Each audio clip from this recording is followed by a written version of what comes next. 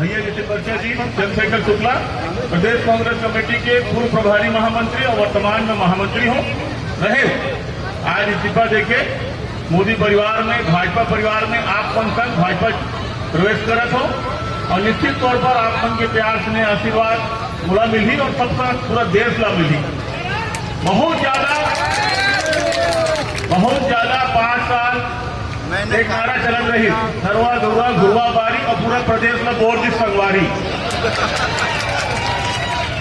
न गौ माता के सेवा हुई, न नरवा के उद्धार हुई, बल्कि नरवा के उद्धार के नाम पे, जैसे हमारे भाई भी बता रही, मोदहा पाड़ा वाला है कम से कम 15,000 करोड़ रुपए घोटाला करे है। और इंडिया गठबंधन के नेता मन तो चारा खाते। हमारे यहाँ के पूर्व मुख्यमंत्री भूपेश बघेल जी गोबर खाए, गोबर छोड़ते सुने वो कहीं भी गोबर बेचैया नहीं दिखाते। जब तक गोबर बेचैया नहीं तब फर्जी रही, तो इतना गोबर छोटा मन से काम करे में मोरा असुविधा हो रही।